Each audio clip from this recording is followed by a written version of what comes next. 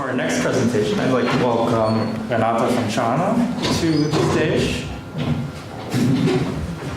Renata is a Swiss-born and trained architect and urban planner who is currently based in Cambridge, Massachusetts. In 2000, she founded the Charles River Conservancy, which is a nonprofit organization that advocates for better custodianship of the parklands along the Charles River. And she's also been working on making the river itself accessible through annual river swims as well as plans for a designated swimming area. And I look forward to hearing what you have to say. Thank you. It's wonderful to be here. I mean, the expertise in this room is just extraordinary, and I hope this dialogue will continue. I started the Charles River Conservancy, it's now 20 years ago, and swimming in the Charles River, and maybe we can start these images here. Let me see if I can do that. The Charles River is an 80-mile river. Oh, thank you. And the area of the Charles River Conservancy is the last 10 miles of the river, which you see on this map. So swimming in this river has been a dream from the beginning, because I grew up on the R, on the Rhine, in Zurich, where I studied, and I always wanted to swim in this river. But when I arrived in Boston in '79, the river was absolutely taboo. There's actually a song, if any of you know who the Red Sox are, or the Patriots, or any of our sports teams, they all sing "Love That Dirty Water" at every game. So there's a song that most people in America identify with the Charles River, and it's dirty. So now we commissioned a new song. It's called "The Cleaner Water," and it's going to be it has its inauguration on the 15th of June, a day before you have the 16th of June swim. We have a big splash or race. So changing perception in this river was a huge thing. So I think in Brussels you call it action. It's a very important part. We're using mermaids, we're using every trick in the game. That was my retirement party with my new successor, who's half my age. But I want to speak a little bit about the skate park. Not that I want you to build skate parks, but I spent 15 years building a skate park, and in a way it was an important preparation for the swim park.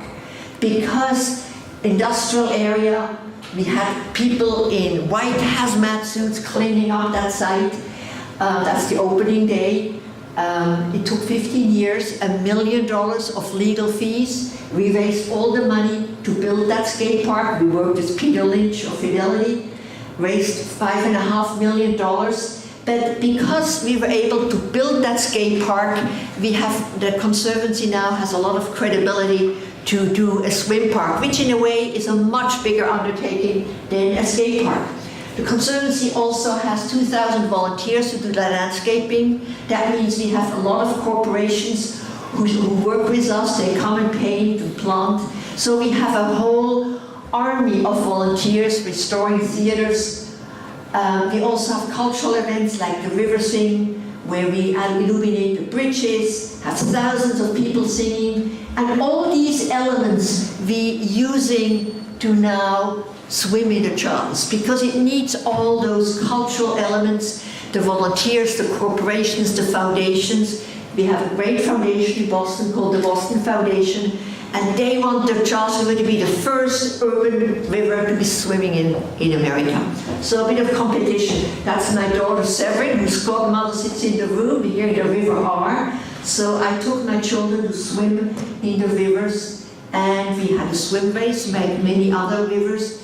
We had a swim race, and the woman who is circled there is the new executive director of the Charles River Conservancy, Laura Jasinski. On the day of her inauguration, she swam a mile in the river, and so at the gala at which we raised $880,000, fundraising is very important in America, she was there to tell the story of her swimming. Here she is, and that towel is in the exhibition.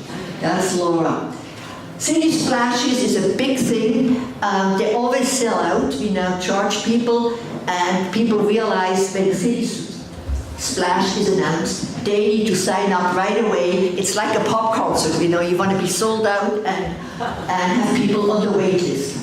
And people love it. They get half an hour to swim in water that kind of looks like tea, although it's clean. The E. coli are way down. We can swim in our river, but we cannot touch the sediments. That's just poisonous mayonnaise. So when we are going to build this swim park, it's in a deep area where we're not going to touch the ground, and we're going to have almost like in a friteuse, where you do the French fries. We're going to have, like in the Bain de la Ville del Millet in Paris, you will not be able to go below a certain level.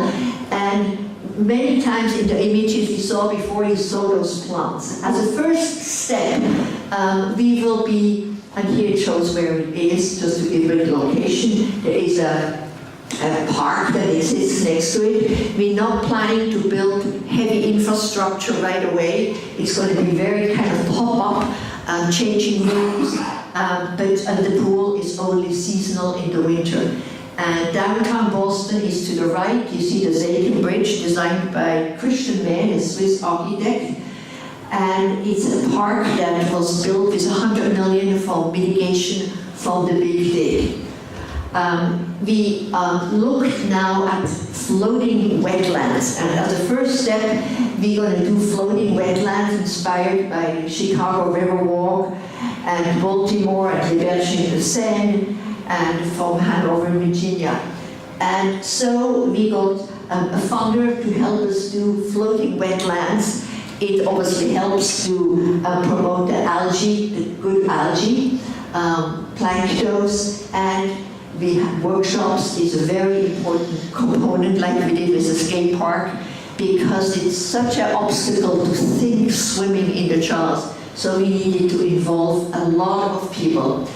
And it also allows us to have a whole educational component. We got local universities involved in water testing, in designing that floating wetland, and we're going to have a whole range of plants there, and these plants actually go into the water and they do help create an environment for plankton, and they will help to reduce the blue-green algae. We're going to construct this structure, and it's going to float in the river, and that's where it is. It will be in the same location where the swim park will be. So in this fall, we're starting to install that floating wetland. So that's it. I wanted to have plenty of time for questions because I think there are several themes that repeat themselves with the various projects, and I'd be glad to answer any questions in terms of the structure. I didn't show the mermaid. We had a wonderful mermaid at my retirement party where everybody could have a picture taken with the mermaid, and the mermaid is coming back for our city splash, and then in the evening we have a big party, and we're going to inaugurate the Song of the Cleaner Water. So we do a lot of kind of stunts like you do in Brussels. I think it's very important. Every month we try to engage the press with something that is worthwhile writing about. Because the foundations also like to see their name in the paper. So you want to advance the swimming, but you also need to make sure the public comes along with all kinds of activities and have important people swim, to have them report about swimming. And I think your exhibit will be great, and we hope to have the exhibit in Boston.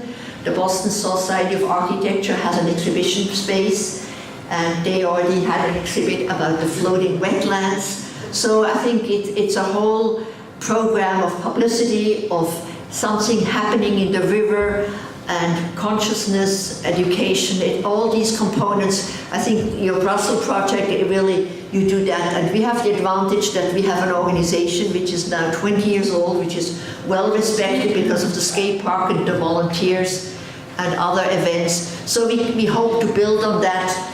I mean, it must be very hard to be a practicing architect and build a pool. I don't know how anybody can do that because these projects take a lot of time and a lot of sticking to it.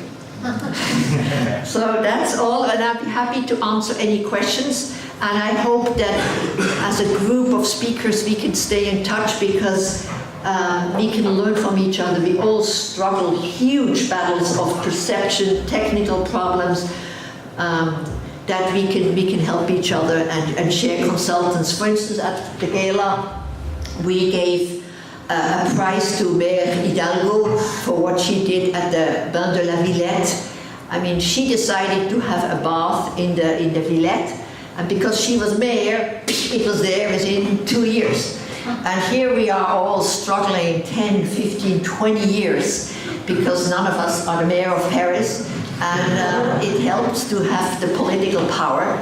And so we gave her a prize, because you know, giving prizes is a wonderful way of honoring people. And so then she gave us the name of their consultant, and they sent us all the blueprints that they used in the Bain de la Villette, which is very helpful, because if you have to invent the wheel all the time, it takes a long time. So I hope you're making good use of City Hall as well, because she is a big fan of swimming.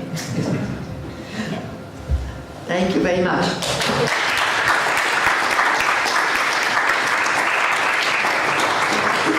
Any questions I can answer? Yes? Bring the mic. Yeah, I have immediately a question regarding the funds that you raise, which are quite amazing. Because this is basically our basic struggle. Yes, we can make nice actions based on volunteering work, but there's a certain limit that you can simply do in your spare time. And I think the system of funds and organizations, or you know how you call them all in America, is very different to Europe, where private money, I think, is much more involved in these kind of public projects. And how far is it important, do you think, that there's a concrete project so that people really know what will happen, or how far are you also simply responsible for your general activities and your general activities? Yeah, I think that's a very good question. And we also started off as a Kickstarter campaign to pay for the initial design and the renderings. And I think there are some foundations who support just the infrastructure of organization, but the skate park, that, for instance, was a project people really loved, because there's a skateboarding community and they destroy the city with their skateboards. And I think same with swimming. The people who love to swim like to support that. And many of the people who paid $10 to swim at City Splash then suddenly send a check of $1,000, $5,000, and foundations come in. Once you have a concrete project, there's something powerful about a concrete project that you aim to build. So you need both. You need the publicity stunts, and that's one budget, and then you need a concrete project. So I think you need to move on several rails at the same time. Yeah. Anyway, I'll be around a little bit more, but I'm looking forward to hearing from you, and I think this is the information of the Conservancy and how you can get hold of us and follow what we're doing. And we build our work very much on what has happened in Basel and in Bern and in Zurich. So that's wonderful. So there are more questions? All right. It's a bit indirect question, because it's like a mixed question, observation or guessing. It is, I think, from your expertise from this long time of campaigning, probably also in a political changing environment where certain topics appear now or are common base, which we didn't many years ago.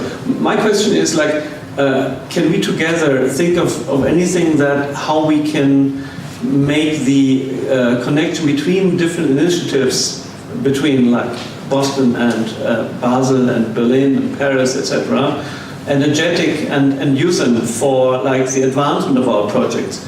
I mean, I can only say that our project in Berlin wouldn't exist without some people in Basel giving us a architectural prize, for the Holcim Award.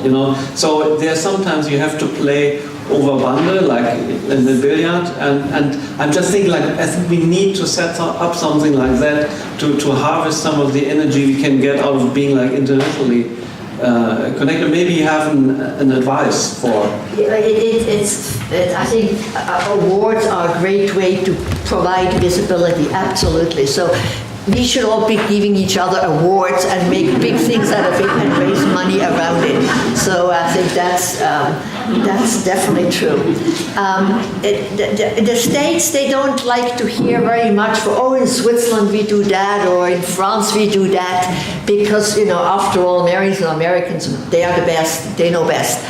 So here comes a little girl from Bern telling them, well, you should be swimming like in the R, where in fact, all that public infrastructure should be paid for by the public. But in America, the city of Boston or the city of Cambridge wouldn't dream of paying for anything like that. They can barely cut the grass of their parks. I mean, it's so we have this notion of democratizing risk. I think you put it beautifully, that in America, risk is a source of revenue because the lawyers can make so much money from lawsuits. I mean, we're talking about very different worlds. But if we can find common ground and find what works in Berlin, what works in New York, what works in Boston, we can all strengthen that. So, I mean, we need to use what works in different cultures. I mean, that all should be paid for by the public sector, but that's not going to happen in New York or Boston. So I think we're not going to solve that issue, but I found it very helpful, and I'm very grateful that I could participate in the exhibit and that symposium. But what do governments in America then provide if those who They pay for armaments and armies, war. It's been a lot of It's a huge difference. You know, in Europe, I think 40% of the GPA goes to infrastructure. In America, 30%. That's a huge 10% difference of how much money goes to the public sector. But on the other hand, we have very generous foundations and individuals. So we need to harvest that money. It's very different. Yes? Yeah, my question was rather a suggestion. I think we should create a platform. It's very expensive to travel all these ways, but maybe on the internet we could stay connected and attract more people. And if all of us continue to exchange ideas and experiences and meet maybe every other year or every third year in one of the places, that would be great and it would help everybody. we have already a name for it. No, well. Food is good. USA. So maybe quickly talk about it in the presentation. It was cool, but we met some people 2 years ago in Kassel during the Documenta, which was the incentive to come to Kassel. Where we met people from Berlin, and from Munich. And there was already the idea, let's make it something bigger. And indeed, there is already a Facebook page, and at the moment it's called Urban Swimming Association, and the abbreviation USA is maybe not the best. USA great again. So I'm happy that to develop some further. Yes, there was a short flame in it, and then of course, like most of these things, it calms down after a month or two. But there are already quite a lot of contacts collected in this group. I think a couple of us are already, in it, even though it's hardly alive at the moment. But I think there's a base to again start off developing. Maybe we can have a rotating chair for every year. So because there's so much to do, just rotating it around each of the groups to manage the Facebook page. Like a group, Yeah, like You create citizenship and nationhood and a currency, an international citizen pass, access to all pools. a location, so then you have access to, and a currency that's how you pay, and you do it all with Bitcoin and encryption. What are you doing for the next 6 years? change. So I think you're going to move to New York now. Thank you very much. Thank you, Renata.